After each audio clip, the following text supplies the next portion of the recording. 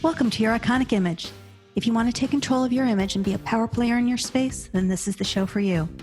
Here we will arm you with tools and information to help you grow your brand on purpose. I'm your host, Marlana Semenza, photographer and visual strategist. Now let's dive into today's episode. Welcome. Today my guest is James Rosebush, and James is an executive. He is a former member of the Reagan White House. He's a public speaking coach and the author of 3 bestsellers, include Winning Your Audience. Welcome, James. Oh, it's great to be with you, Marlana. Well, so let's just dive right into it. How do you command a room? By storytelling and building a bridge to your audience. Those are the 2 most important things that I can mention. So if you see what journalism is like today, open a blog or a newspaper and you'll see that every news story actually starts with a story.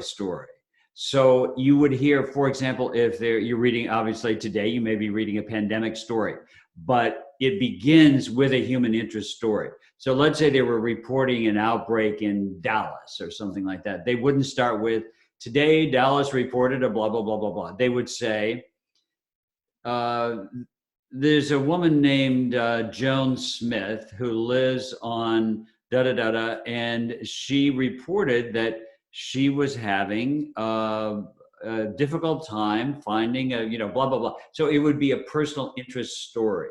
Mm-hmm. So what you want to do, the minute after you're introduced, and by the way, you do want to thank your introducer because you want to make that connection to the people who are hosting you, but then you break right into, and you do it this way.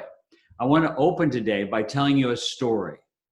So what does that do? That grabs the mind, the consciousness of your audience and begins to say, oh, this is, I better pay attention, right? So this is critically important because you want to tear down what's called the 4th wall. The 4th wall is, if you're an actor, you're on stage and you have stage, you have a wall to your left, and a wall behind you. But what most speakers don't understand is you have a wall in front of you. And that is called the resistance on the part of the audience to validate you as a speaker, to be pensive, to be on their phones, to be concerned that they're going to get any value out of what you're saying. So I would say 80% of your audience, you kind of think, oh, my audience is good. They're waiting there, anticipating that they're going to get some great thing or maybe even some small thing. A lot of people, if you think back to yourself, going into, let's say, a virtual audience, a podcast, or a room, you're very often skeptical and you may be thinking, what am I doing here? Is this a waste of my time? Even if you're a great performer, a musical performer, this goes to directly to them as well. They have to break down this 4th wall. So that's why the first thing you do is you reach out with a story. And a lot of people say, oh, but you've had an interesting, colorful life, which I have. I'm very grateful for, but I don't have any interesting stories to tell. Well, guess what? You don't have to tell your own story. You can actually make up a story that is actually a metaphor or makes a point. You can, not that you're lying, but you're making up a story to illustrate a point. Mm-hmm. Or it could be as simple as, my car had an indicator light on it, and I took it to the dealership, and the dealership said to me, blah, that sounds boring, right? But your audience is going to grab it. Why? Because everyone has this experience, right? So they want to hear this. So think about, how is it that Oprah, Brene Brown, all these other people, they just talk about their life. Mm-hmm. They talk about the ups and downs. They talk about, I couldn't get my kids to sleep last night. I mean, you see some of the most successful podcasters, and Brene Brown is one of them. She'll just start with a story like that. I could not get my kids to sleep last night. Well, guess what? A lot of people in the audience couldn't get their kids to sleep last night either. So there's something, but it's a story. You're not telling them what to do. You're telling a story. Then the second thing of building a bridge to your audience, the only way you can ever get your audience to come back to you and respond is you have to have a bridge that's a 2-way street. A lot of people don't get that. And that's the way you bring down that fourth wall, is you create a bridge to the audience. That is by making them feel that you're connected. And that starts without really any words being spoken. It starts with an unspoken understanding that we are all one. We are one consciousness. And the idea that as a speaker, you are in one field of consciousness and the audience is in another is an old idea. What you want to do is you want to understand that your audience is at one with you. And that means that the way you treat them and the inflection in your voice and the aura that you're extending out to your audience is one of oneness, not a wall of either superiority or self-consciousness or fear. These are all things that are blockers of communication. And you may have heard this, me tell you this story before, but when I was at the White House, one of my jobs, one of the great things I got to do was to be the in-house producer for In Performance at the White House, which is an annual series of concerts that were from the White House. So I was the person that public broadcasting, their producers, which they sent in, they set up a trailer on the south lawn of the White House, but I was the inside producer, and it was really great. And so I got to meet and work with a lot of Hollywood stars, Broadway stars, and so forth. Anyway, one time I was talking with Mary Martin, very famous actor, and I said to her, it was just the two of us were talking. I said, why are you so well liked by your audience? And she threw her arms around me. I thought, well, this is great. And she said, Jim, first of all, I was born in Texas. And number two, I was born loving people and they loved me back. So even if you're talking about investment performance or a new a patent that you have, you can still express love for your audience. You know, it's interesting that you say all that, because I remember a friend of mine saying that she heard Bill Clinton speak. And she said that there were maybe, 1,000 people there or something like that. She said, but every single person felt like he was speaking directly to them, and they were the only person in the room. So do you think that that's something that you can learn, or is that just something that is a gift and it can't be learned? Well, I agree with your friend about Bill Clinton.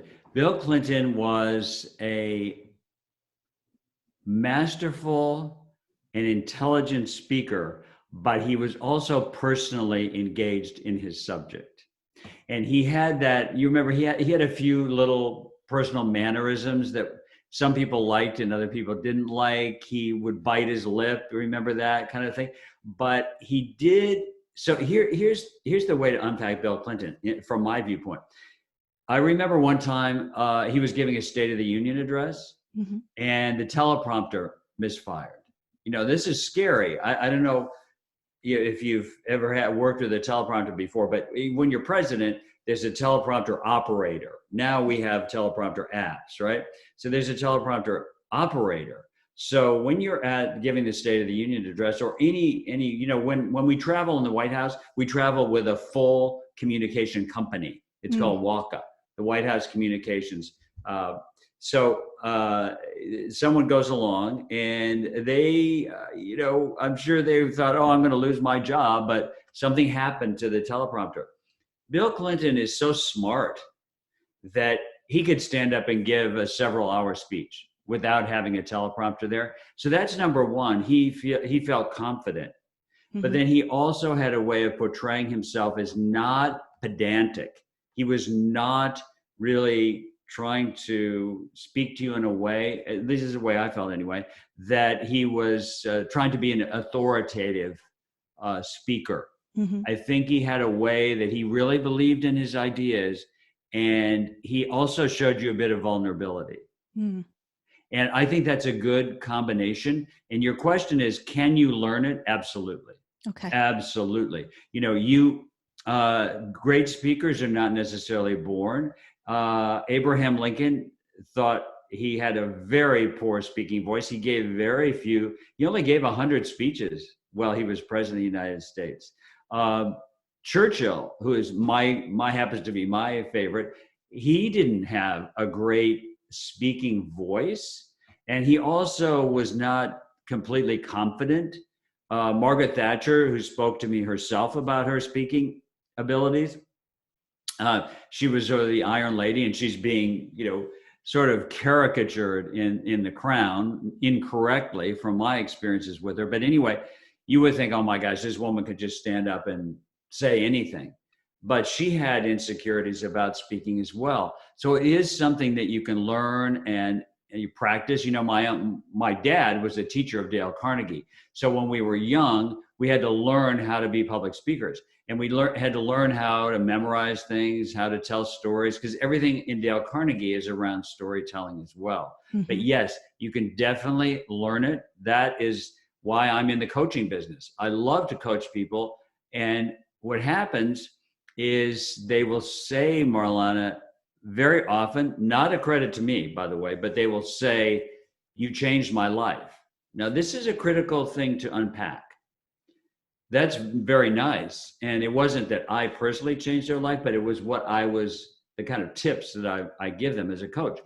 So why is it they say you changed my life? Here's a critical thing to know. The ability to speak and to communicate is directly linked to other aspects of personal security.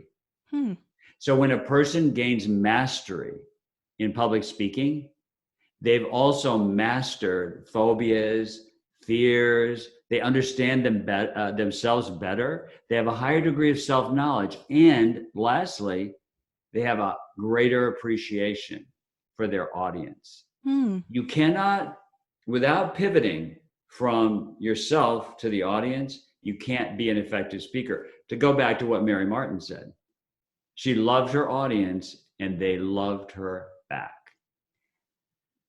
And I have two different questions, but I'll touch on one first. So you brought up the idea of fear and insecurity. How do you coach people to get past that? Because I think everybody to some degree has a fear of speaking in front of an audience in varying degrees. Are there tips that can help calm nerves, or is it just a matter of repetition and practice and knowing your subject? So you know that 90% of the world's population suffers from glossophobia, which is the fear of public speaking. So Margaret Thatcher, to go back to her for a minute, I asked her, I said, how do you master fear? Or are you fearful when you get up on the podium? Oh, yes. She said, I said, come on, how could that be? She said, when I get up on the podium, she said, I do two things.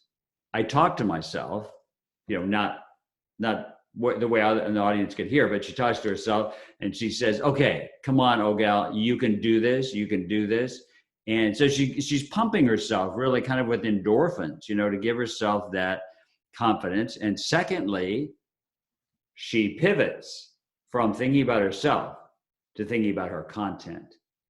Now, we need to lose self-consciousness when I call it bathing. So think about, not a lot of us take baths anymore, but there's a bathtub there in a lot of houses, okay? So think of it as a metaphor. I like to soak in my message. So when you become more imbued with your message than with yourself, you lose the fear of sharing it with someone else. You become so excited about, and you become so immersed in the message of what you're talking about, you can't be immersed in your message, excited about it, and wanting to communicate with other people and be thinking about yourself. It's impossible to do those two things at the same time. Now, I explain this to public speakers. You get up on a podium, you have many tracks. We used to, what was it, you had a multi-track tape player or whatever it was. Okay, you have multi-tracks going on in your thought. So you can be up just as I'm talking to you now, appearing on your podcast. I could be thinking what I want for lunch. I could be thinking something I need to do for a client. It just happened. So what I do with my coaching clients is I said, I want you to recognize that. And if you recognize it, the fear of its intrusion will go away. So I will guarantee you that. So I have been on probably thousands of platforms as a public speaker. And I can tell you that as devoted as I am to my subject and to the construct of my speech, little things can come in like I didn't book my airline ticket for tomorrow. It's the way it works. It doesn't have to stop you. You don't have to be afraid of it. You just have to recognize, and a lot of people don't know this. They're like, oh my gosh, I got in the middle of my speech and I got thinking about what if I didn't, turn off the stove or something like that. I said, it's okay. It's going to happen. It's okay. So there are things that contribute to fear that we can deal with. Martin Luther King also was fearful as a public speaker. I mean, what a monumental example of Right. beyond impressive speaking. He said the only way to conquer fear of public speaking was through faith. And he said that he gave this little metaphor. It goes, I heard a knock at the door. Fear was trying to get in, but faith opened the door and there was no one there. So a lot of people deal with getting rid of fear through faith. Other people get rid of fear through all these different tactics, which are understanding what fear is trying to do, also pivoting away from self toward content. There are a lot of different tricks that we can play, and a lot of different tactics that we have to get rid of fear. It's really the first thing that we have to we have to deal with. I have someone I'm working with right now, and you can see every day he's growing and growing and growing in confidence, and therefore his ability to communicate his message. Because I like to say to him every time we're working on this, I've got your back. I'm here. I'm going to be asking the questions, and if you don't think, or if I don't think you're articulate with it, I'll ask you the question again. And so that gives him a sense that he's got an advocate. He doesn't have to be afraid. And this goes a long way. It's just like kids that are afraid of ghosts at night, which some kids are. And what I always say, and I recently heard a grand public speaker who was not articulate in the way that maybe a famous person might be, or an orator, but he was so authentic that everything he said was really believed. And he was talking about getting rid of fear. And he said he had such a fear of ghosts when he was a kid that it had physical side effects, which I won't go into, but it did.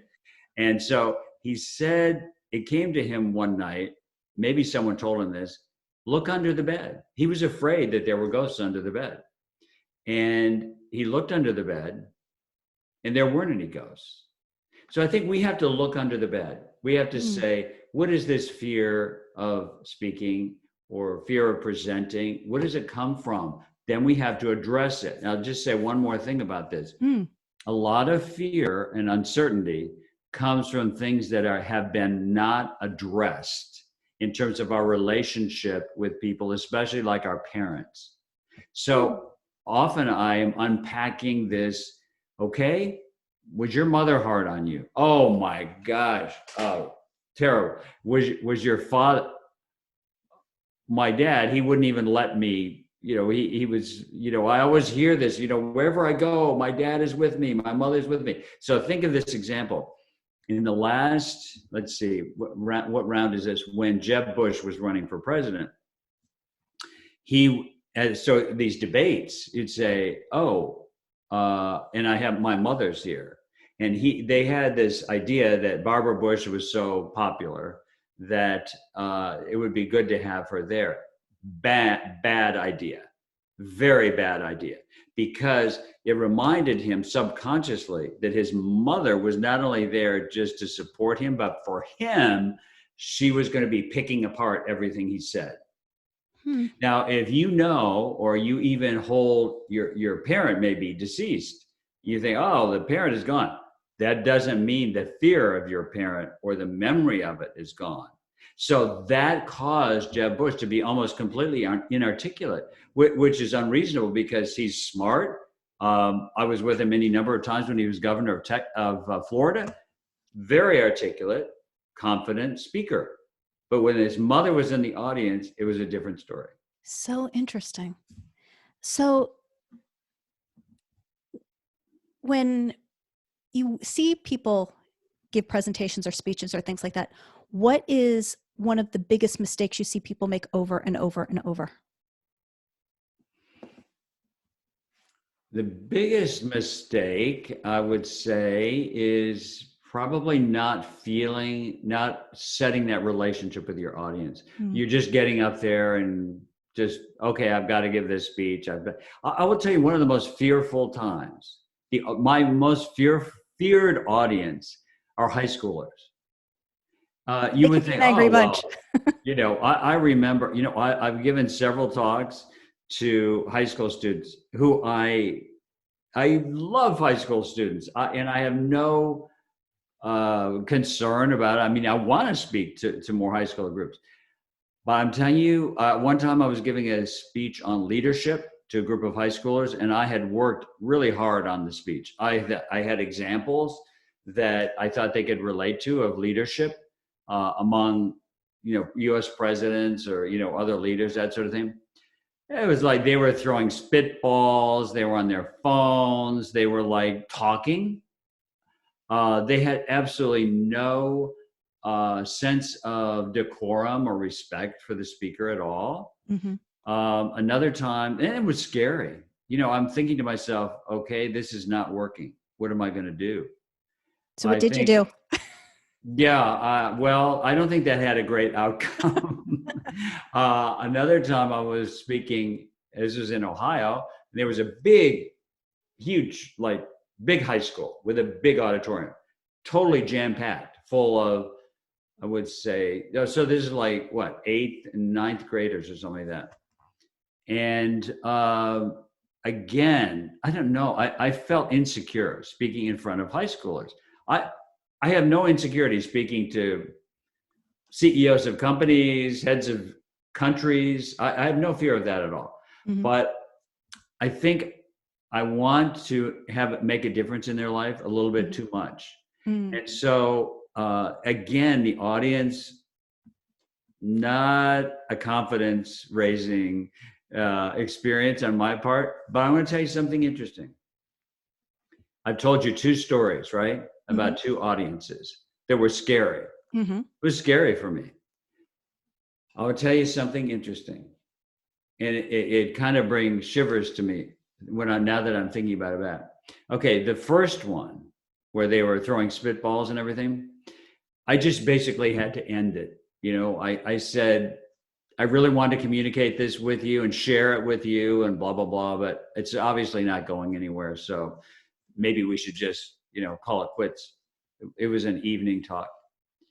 The next day, 6 of the seniors that were at that really rugged presentation I had, they asked to meet with me. And they came over to where I was, in the office where I was, and they said what I had shared with them was the most meaningful thing they had ever heard, and that they were embarrassed by what was going on and they apologized. But the point I'm making here, and the same thing happened with that big high school. So afterwards, I didn't have the capacity to shut it down at that point. The earlier situation, I was kind of leading the organization, so I could say, look, let's just forget it. In the case of, I had been hired to do this other big high school speech, and I didn't think I reached anyone. Afterwards, a group of students who were members of the kind of a leadership group or young leaders or something like that. They came and surrounded me and they said, oh, they went on, they were so expressive and grateful. What you gave us today was so important, all of that sort of thing.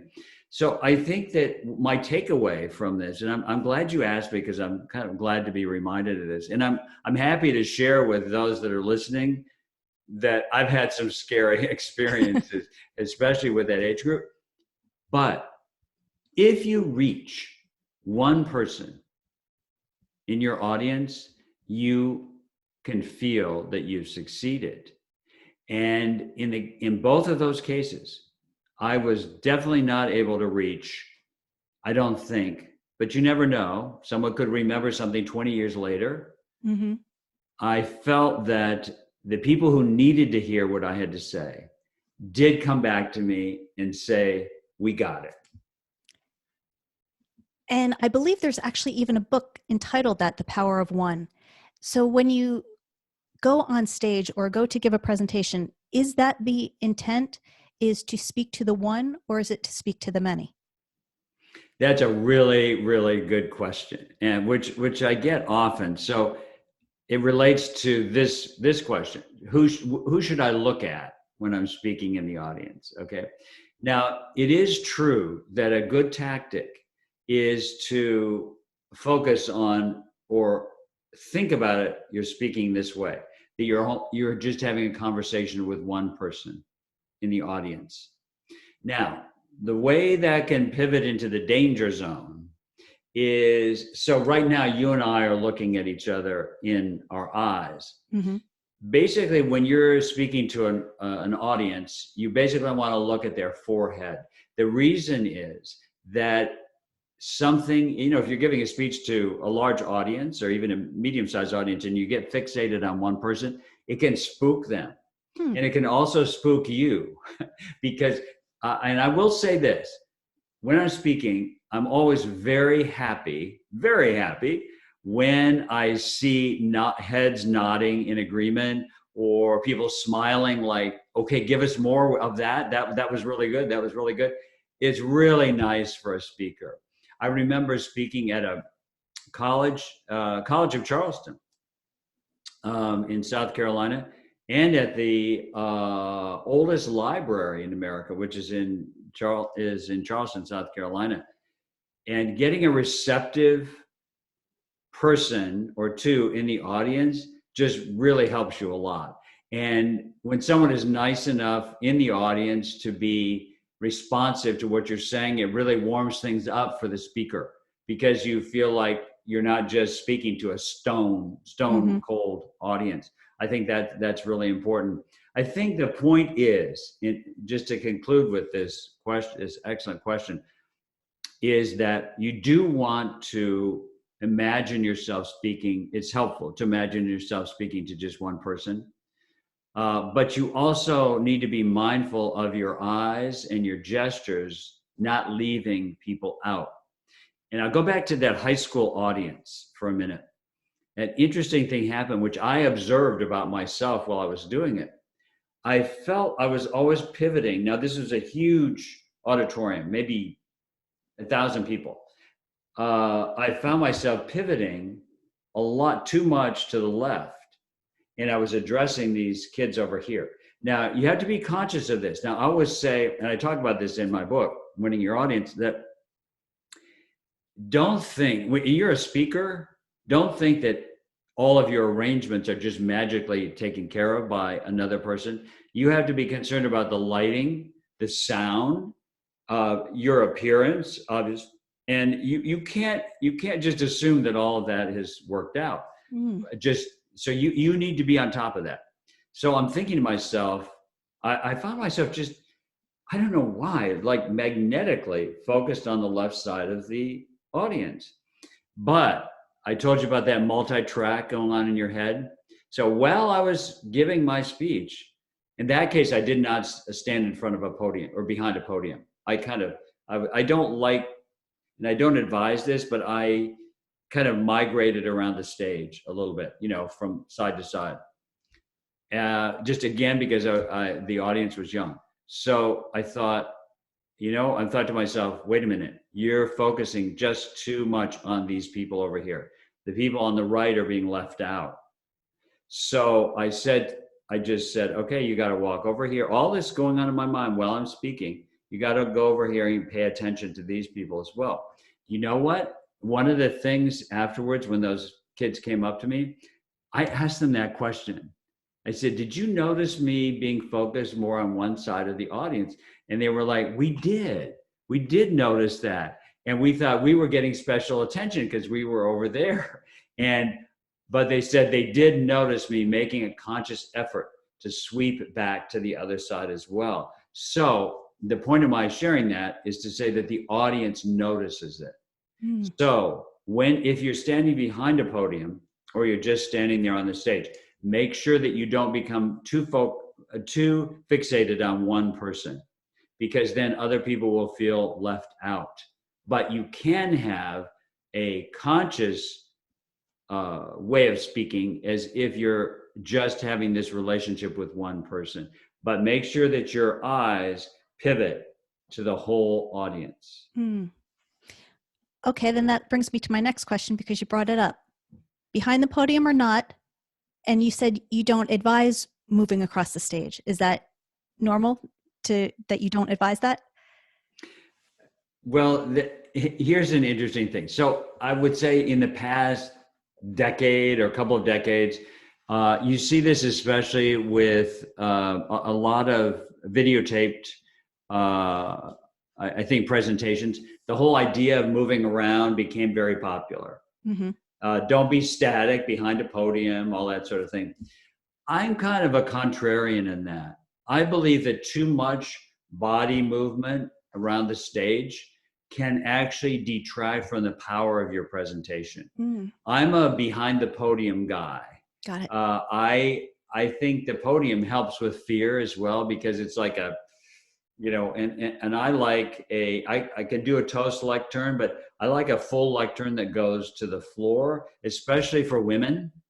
If women are wearing a dress, or, maybe they're not, maybe they're wearing pants, it doesn't really matter. But I think it helps give you a little bit of security to be behind a podium. I don't speak from a written text, but it's okay if you do.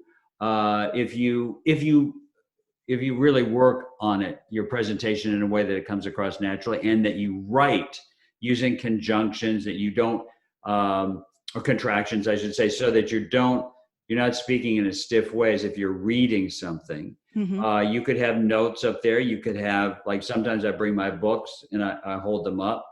So I'm a basically speak behind a podium, from a podium, or keep yourself positioned. Now, when a lot of the training I do is I actually take, masking tape or silver tape, and I actually put it on the floor.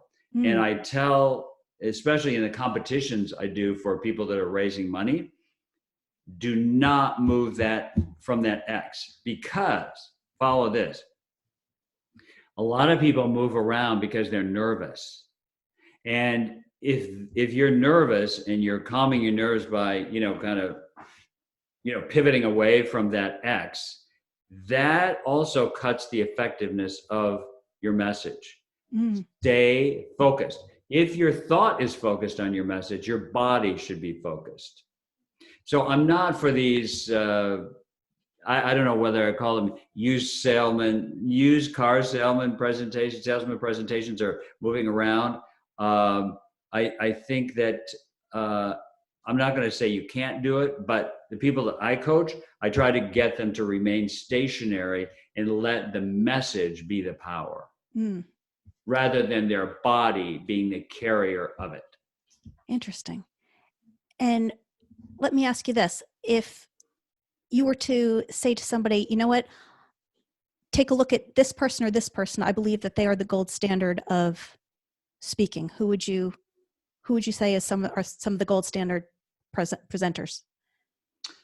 Well, I think you see a lot of them today. YouTube channels are full of them. I think that You do, however, have a lot of people that are using this. I think the way the presentations began, this whole industry started with people like Wayne Dyer and Oprah Winfrey, but they're masterful storytellers like no one else. Wayne Dyer is a good example now, and he did move around the stage, but his speeches, his talks, basically, he wouldn't call them speeches, were so full of stories and discoveries that I think he was, he made an incredible connection with his audience, and people just wanted more and more and more and more of it. I think he's a good example. I think that people who are out there today, a lot of these are really what we see presented on YouTube or on other platforms where people are giving talks today, especially during this past year. I think that I'm trying to think of some of the interesting, I was just watching the Putin press conference, that end of year conference he gives, and how he handles himself. It's intriguing to me. Obviously I like to watch as many people giving talks or answering questions as possible. Because I'm always thinking, I would have done it this way, or I'm always trying to learn from people. I think that I'm trying to think of other people that I would recommend today as great public speakers. It's interesting, Marlana, as much advice and coaching that we have available today, and there are a lot of Toastmaster clubs that do a great job. And I say this about leadership too. Today in the US, really across the world, we have more leadership institutes and schools and programs than ever before in history. A lot of elementary schools have special leadership classes. They start at the elementary school level. And yet, Marlana, I would say we would all agree we have less leadership today than we ever had.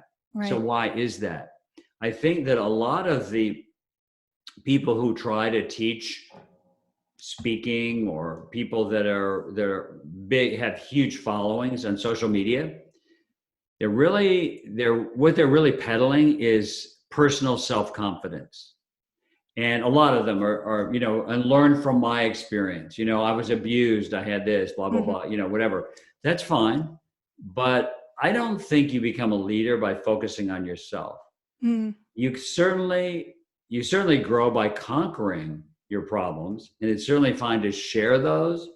But I think having a message outside of yourself really is the way to win an audience over. Because in the end, I would say it's like eating, which I used to do, sugary cereal for breakfast in the morning. It has a good taste, but it doesn't have any protein. Interesting. And for anybody that's listening, you go through these subjects in more detail in your book, which, like I said, is fantastic. It's called Winning Your Audience, and I will put that in the show notes. So, James, let's get down to the last 4 questions. Oh, yes. You gave us a lot of good advice. So what is the best piece of advice you were ever given? So can I say 2 things? Absolutely. One was, don't ever do a job that someone else can do. Don't ever do a job that someone else can do. And the other one is really something that President Reagan told me all the time. It's actually from Lao Tzu. Don't ever start a battle you don't know you've already won. Don't ever start a battle you don't know you've already won. Wow. I think that's I think, powerful. Yeah. I've learned a lot of things from a lot of great people, a lot. I've been incredibly blessed in my life to be around people who have a lot of things to say that I've been able to pick up and try to follow anyway. But those are 2. So share with us one thing on your bucket list. Go to Oxford or Cambridge universities in England when there's no pandemic, and take courses. I want to be in the environment, the cloisters there. I just want to have an experience of having an academic program at one of those universities. Nice. So when the toy companies get around to making a action figure of you, what 2 accessories will it come with? My action figure will come with an Aston Martin, and it will look like Pierce Brosnan's portrayal of James Bond. Love it. I want to be James Bond. Love it. And last one, how do people find you? Oh, that's nice. So you can find me at either website, impactspeakercoach.com, or growthstrategy.us. And that will tell you everything. Of course, LinkedIn as well. Everything about my life from the day I was born is on LinkedIn. Perfect. Thank you so very much for being here. Thanks for having me. Thank you for joining us. Once again, I'm Marlana Semenza, photographer and visual strategist. Please comment, like, or share this episode, and don't forget to subscribe so you don't miss a thing. For more information on how I can help you create your iconic image, visit marlanasemenza.com.